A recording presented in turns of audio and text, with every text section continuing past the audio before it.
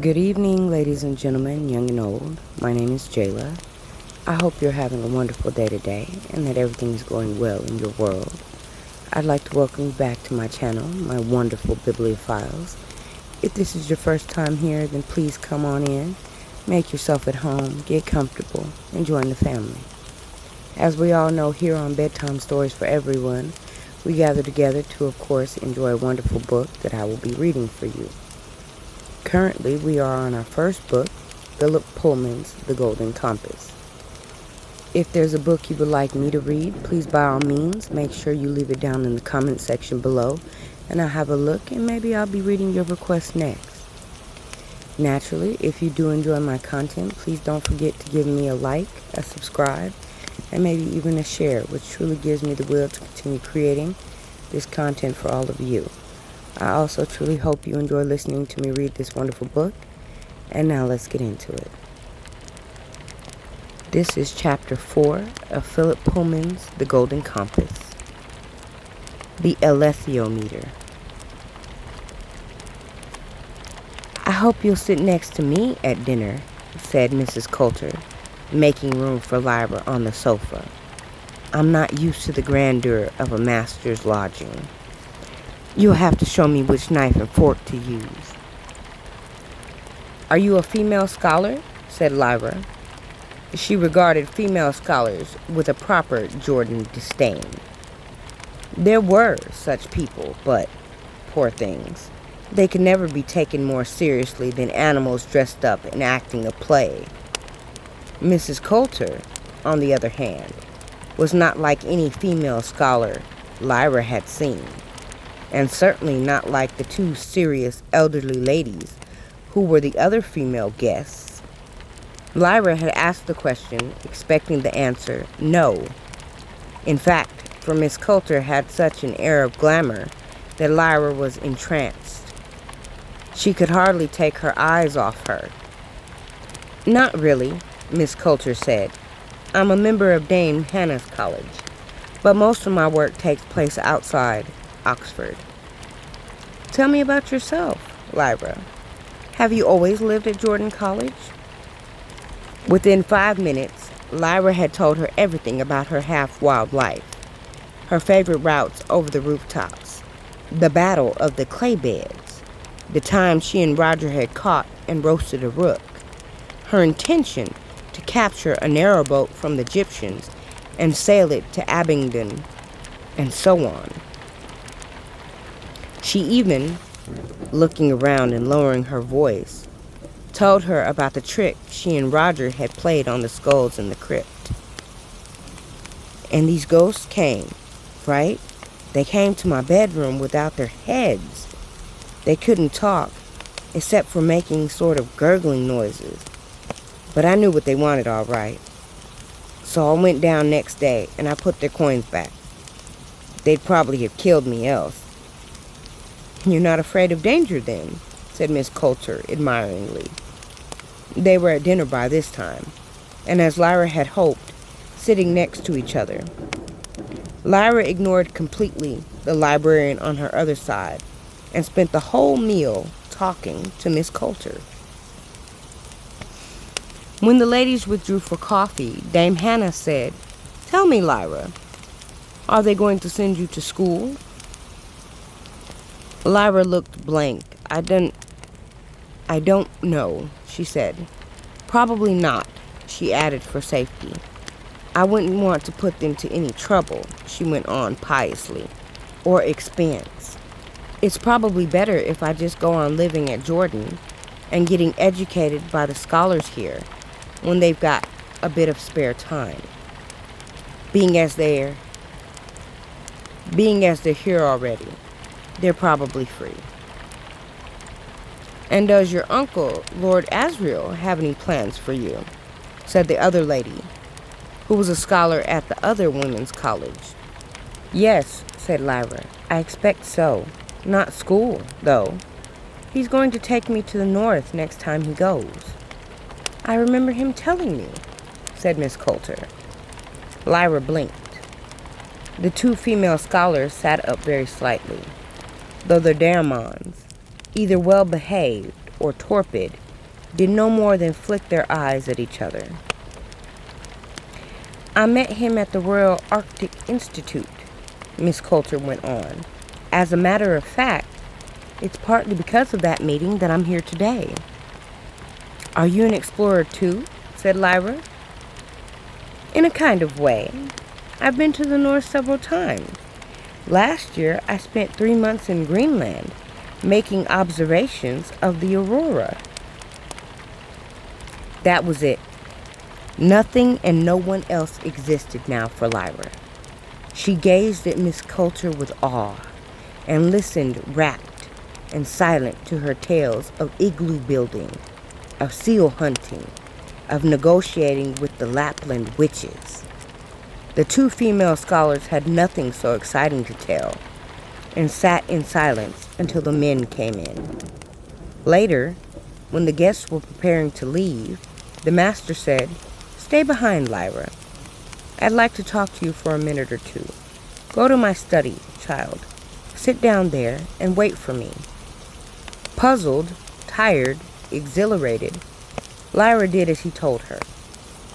Cousins, the manservant, showed her in and pointedly left the door open so that he could see what she was up to from the hall, where he was helping people on with their coats.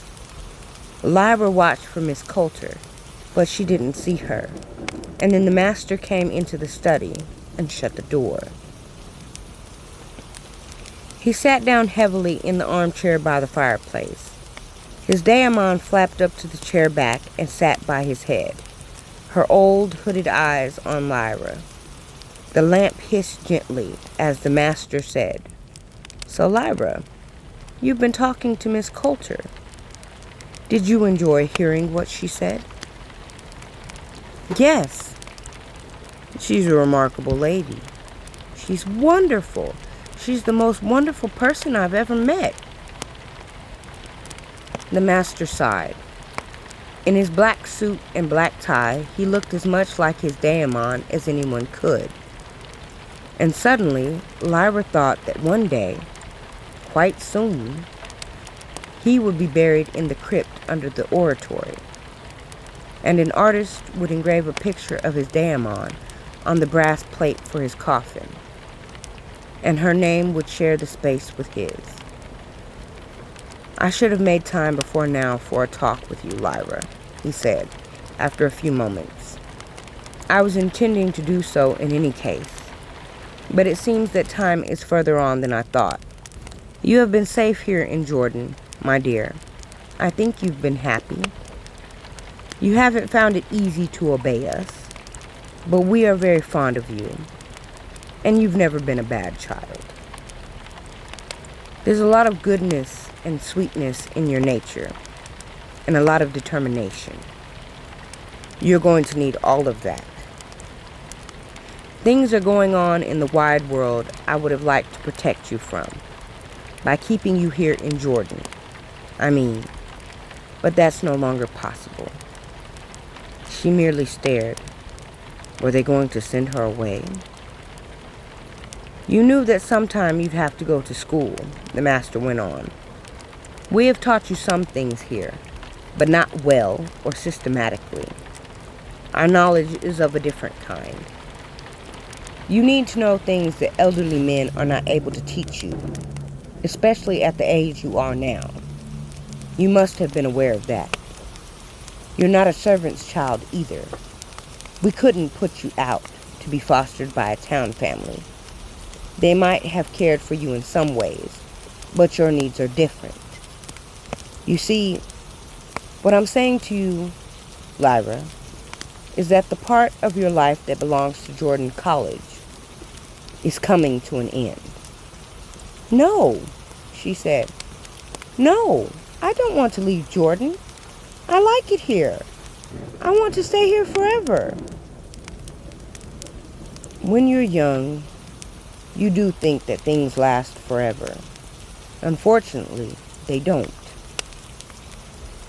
Lyra, it won't be long, a couple of years at most, before you will be a young woman, and not a child anymore, a young lady.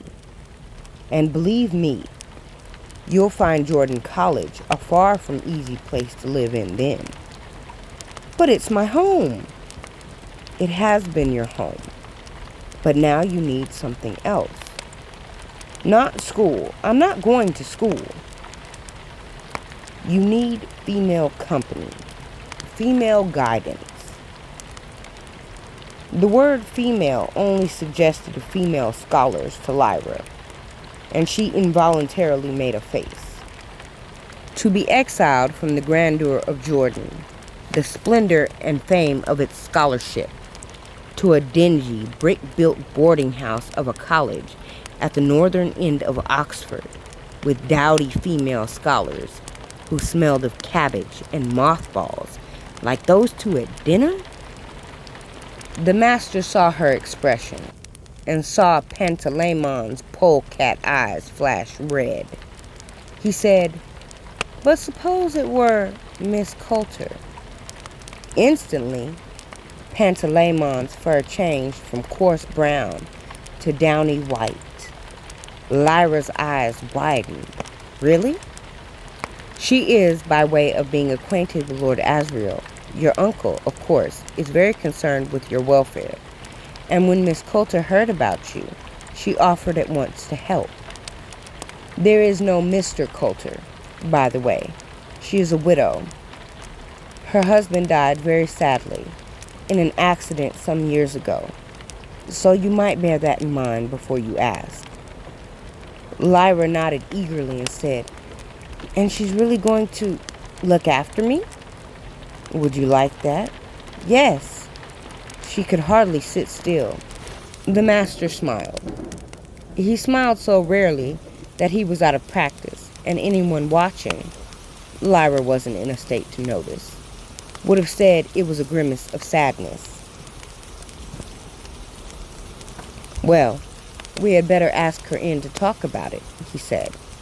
He left the room, and when he came back a minute later, with Miss Coulter, Lyra was on her feet, too excited to sit. Miss Coulter smiled, and her daemon bared his teeth in a grin of imp-like pleasure. As she passed her on the way to the armchair, Miss Coulter touched Lyra's hair briefly, and Lyra felt a current of warmth flow into her and blushed.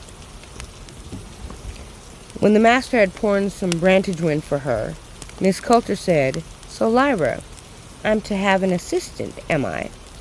"Yes," said Lyra simply. She would have said yes to anything. "There's a lot of work I need help with." "I can work. And we might have to travel." "I don't mind. I'd go anywhere." "But it might be dangerous. We might have to go to the north." Lyra was speechless. Then she found her voice. "Soon?" Mrs. Coulter laughed and said, "Possibly. But you know you'll have to work very hard. You'll have to learn mathematics and navigation and celestial geography." "Will you teach me?" "Yes. And you'll have to help me by making notes and putting my papers in order and doing various pieces of basic calculation and so on. And because we'll be visiting some important people, we'll have to find you some pretty clothes. There's a lot to learn, Lyra." "I don't mind. I want to learn it all." "I'm sure you will. When you come back to Jordan College, you'll be a famous traveler. Now, we're going to leave very early in the morning by the Dawn Zeppelin. So you'd better run along and go straight to bed. I'll see you at breakfast. Good night." "Good night," said Lyra, and remembering the few manners she had, turned at the door and said, "Good night, master." He nodded. "Sleep well," he said. "And thanks," Lyra added to Miss Coulter. She did sleep, finally, though Pantalemon wouldn't settle until she snapped at him, when he became a hedgehog out of pique. It was still dark when someone shook her awake. "Lyra, hush. Don't start. Wake up, child." It was Mrs. Lonsdale. She was holding a candle, and she was bent over and spoke quietly, holding Lyra still with her free hand. "Listen. The master wants to see you before you join Miss Coulter for breakfast. Get up quickly and run across to the lodging now.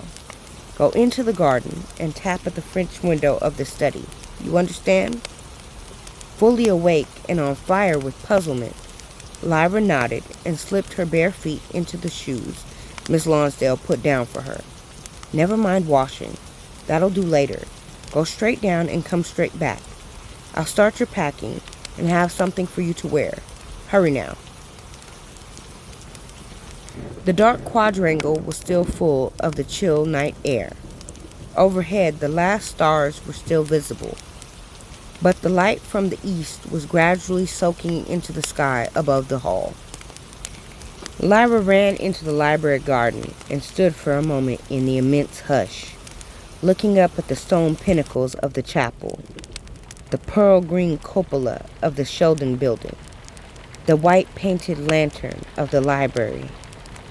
Now that she was going to leave these sights, she wondered how much she'd miss them. Something stirred in the study window, and a glow of light shone out for a moment. She remembered what she had to do and tapped on the glass door. It opened almost at once. "Good girl, come in quickly. We haven't got long," said the master, and drew the curtains back across the door as soon as she had entered. He was fully dressed in his usual black. "Aren't I going after all?" Lyra asked. "Yes, I can't prevent it," said the master, and Lyra didn't notice at the time what an odd thing that was to say. "Lyra, I'm going to give you something, and you must promise to keep it private. Will you swear to that?" "Yes," Lyra said. He crossed to the desk and took from a drawer a small package wrapped in black velvet. When he unfolded the cloth, Lyra saw something like a large watch or small clock, a thick disc of gold and crystal. It might have been a compass or something of the sort. "What is it?" she said. "It's an alethiometer. It's one of the only 6 that were ever made. Lyra, I urge you again, keep it private. It would be better if Miss Coulter didn't know about it. Your uncle..." "But what does it do?" "It tells you the truth. As for how to read it, you have to learn by yourself. Now go. It's getting lighter. Hurry back to your room before anyone sees you." He folded the velvet over the instrument and thrust it into her hands. It was surprisingly heavy. Then he put his own hands on either side of her head and held her gently for a moment. She tried to look up at him and said, "What were you going to say about Uncle Azrael?" "Your uncle presented it to Jordan College some years ago. He might..." But before he could finish, there came a soft, urgent knock on the door. She could feel his hands give an involuntary tremor. "Quick now, child," he said quietly. "The powers of this world are very strong.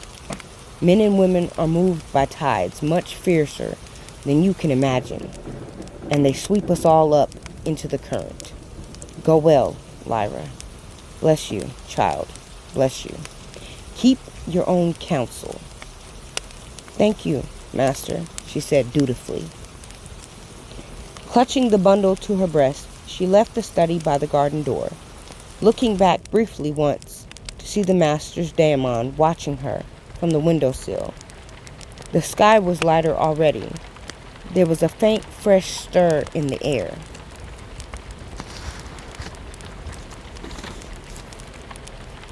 "What's that you've got?" said Mrs. Lonsdale, closing the battered little suitcase with a snap. "The master gave it to me. Can't it go in the suitcase? Too late. I'm not opening it now. It'll have to go in your coat pocket, whatever it is. Hurry on down to the buttery. Don't keep them waiting." It was only after she said goodbye to the few servants who were up and to Mrs. Lonsdale that she remembered Roger. And then she felt guilty for not having thought of him once since meeting Mrs. Coulter. How quickly it had all happened. But no doubt, Mrs. Coulter would help her look for him, and she was bound to have powerful friends who could get him back from wherever he disappeared to. He was bound to turn up eventually. And now she was on her way to London, sitting next to the window in a Zeppelin no less, with Pantalemon's sharp little ermine paws digging into her thigh, while his front paws rested against the glass as he gazed through. On Lyra's other side, Mrs. Coulter sat working through some papers, but she soon put them away and talked. Such brilliant talk. Lyra was intoxicated, not about the North this time, but about London and the restaurants and ballrooms, the soirees at embassies or ministries, the intrigues between Whitehall and Westminster. Lyra was almost more fascinated by this than by the changing landscape below the airship. What Miss Coulter was saying seemed to be accompanied by a scent of grown-upness, something disturbing but enticing at the same time. It was the smell of glamour. The landing in Vauxhall Gardens, the boat ride across the wide brown river, the grand mansion block on the embankment, where a stout commissionaire, a sort of porter with medals, saluted Miss Coulter and winked at Lyra, who sized him up expressionlessly. And then the flat. Lyra could only gasp. She had seen a great deal of beauty in her short life, but it was Jordan College beauty, Oxford beauty, grand and stony and masculine.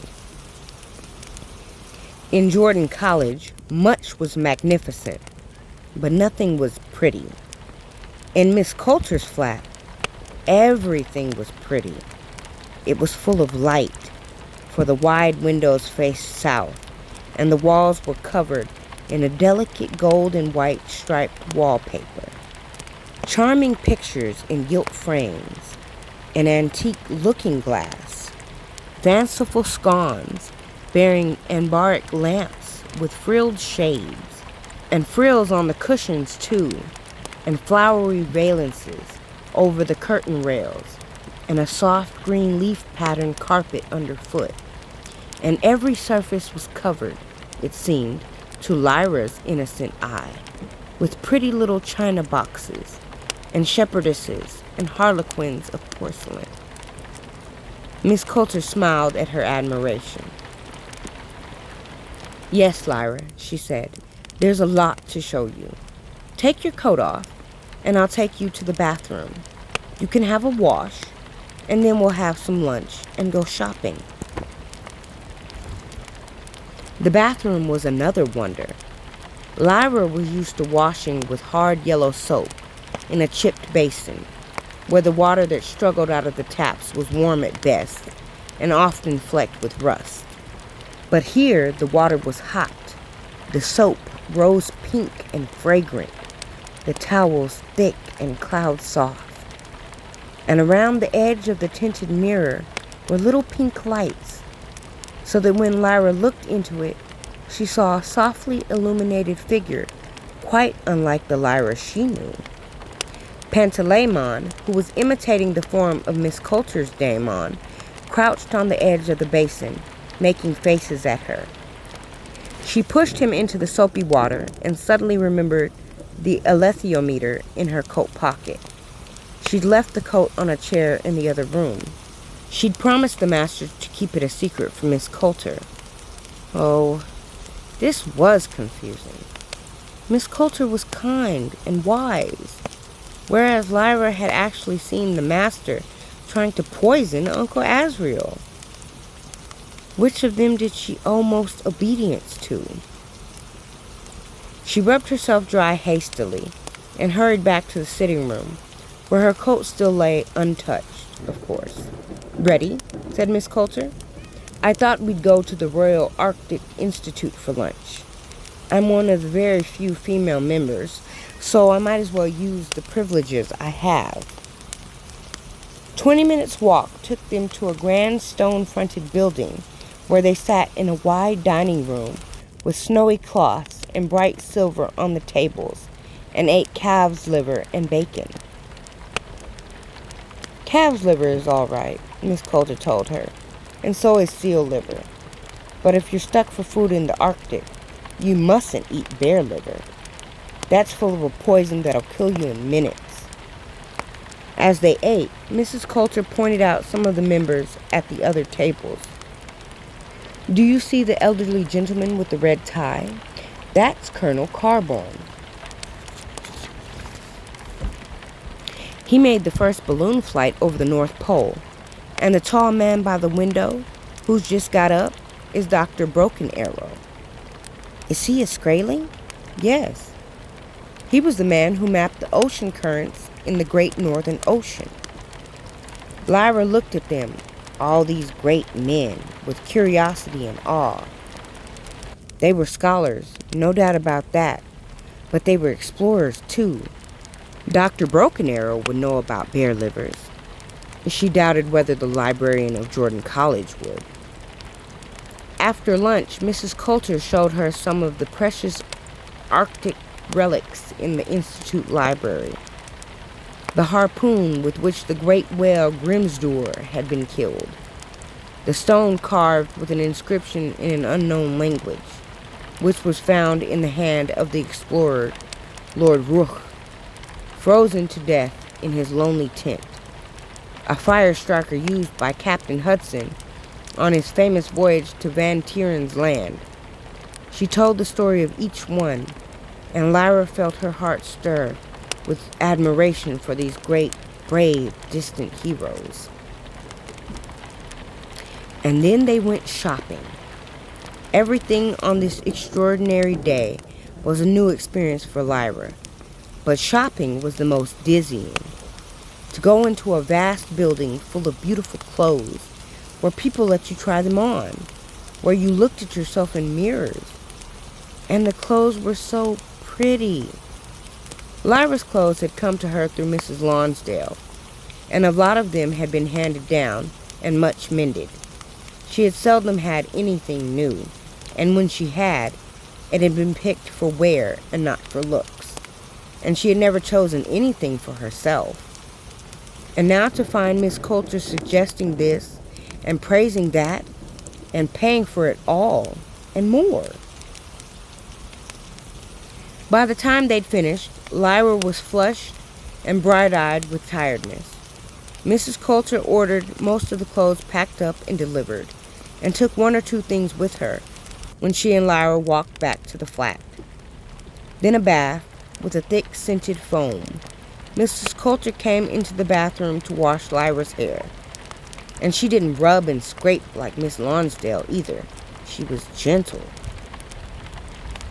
Pantalaimon watched with powerful curiosity until Miss Coulter looked at him, and he knew what she meant and turned away, averting his eyes modestly from those feminine mysteries as the golden monkey was doing. He had never had to look away from Lyra before. Then, after the bath, a warm drink with milk and herbs, and a new flannel nightdress with printed flowers and a scalloped hem, and sheepskin slippers dyed soft blue, and then bed.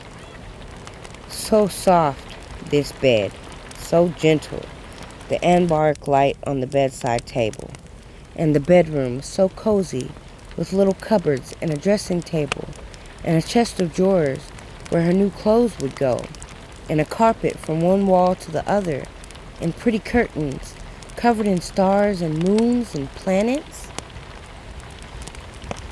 Lyra lay stiffly, too tired to sleep, too enchanted to question anything. When Miss Coulter had wished her a soft good night and gone out, Pantalaimon plucked at her hair. She brushed him away, but he whispered, "Where's the thing?" She knew at once what he meant. Her old shabby overcoat hung in the wardrobe. A few seconds later, she was back in bed, sitting up cross-legged in the lamplight, with Pantalaimon watching closely as she unfolded the black velvet and looked at what it was the master had given her. "What did he call it?" she whispered. "An alethiometer." There was no point in asking what that meant. It lay heavily in her hands, the crystal face gleaming, the golden body exquisitely machined. It was very like a clock or a compass, for there were hands pointing to places around the dial. But instead of the hours or the points of the compass, there were several little pictures, each of them painted with extraordinary precision, as if on ivory with the finest and slenderest sable brush. She turned the dial around to look at them all. There was an anchor, an hourglass, surmounted by a skull, a chameleon, a bull, a beehive. 36 altogether, and she couldn't even guess what they meant. "There's a wheel. Look," said Pantalaimon. "See if you can wind it up." There were 3 little nurdled winding wheels, in fact, and each of them turned one of the 3 shorter hands, which moved around the dial in a series of smooth, satisfying clicks. You could arrange them to point at any of the pictures, and once they had clicked into position, pointing exactly at the center of each one, they would not move. The 4th hand was longer and more slender, and seemed to be made of a duller metal than the other 3.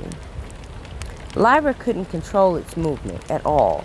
It swung where it wanted to, like a compass needle, except that it didn't settle. "Meter means measure," said Pantalaimon, "like thermometer. The chaplain told us that." "Yes, but that's the easy bit," she whispered back. "What do you think it's for?" Neither of them could guess. Lyra spent a long time turning the hands to point at one symbol or another. Angel, helmet, dolphin, globe, lute, compasses, candle, thunderbolt, horse, and watching the long needle swing on its never-ceasing errant way. And although she understood nothing, she was intrigued and delighted by the complexity and the detail. Pantalaimon became a mouse to get closer to it, and rested his tiny paws on the edge, his button eyes bright black with curiosity as he watched the needle swing. "What do you think the master meant about Uncle Azrael?" she said. "Perhaps we've got to keep it safe and give it to him." "But the master was going to poison him." "Perhaps it's the opposite. Perhaps he was going to say, 'Don't give it to him.'" "No," Pantalaimon said. "It was her we had to keep it safe from." There was a soft knock on the door. Mrs. Coulter said, "Lyra, I should put the light out if I were you. You're tired, and we'll be busy tomorrow." Lyra had thrust the alethometer swiftly under the blanket. "All right, Mrs. Coulter," she said. "Good night now." "Good night." She snuggled down and switched off the light. Before she fell asleep, she tucked the alethometer under the pillow, just in case. Well, my wonderful bibliophiles, this concludes Chapter 4 of Philip Pullman's The Golden Compass. I do hope you enjoyed listening to it as much as I enjoyed reading it to you. I want to wish you a wonderful evening, a good night, and sweet dreams. I look forward to seeing you all again soon.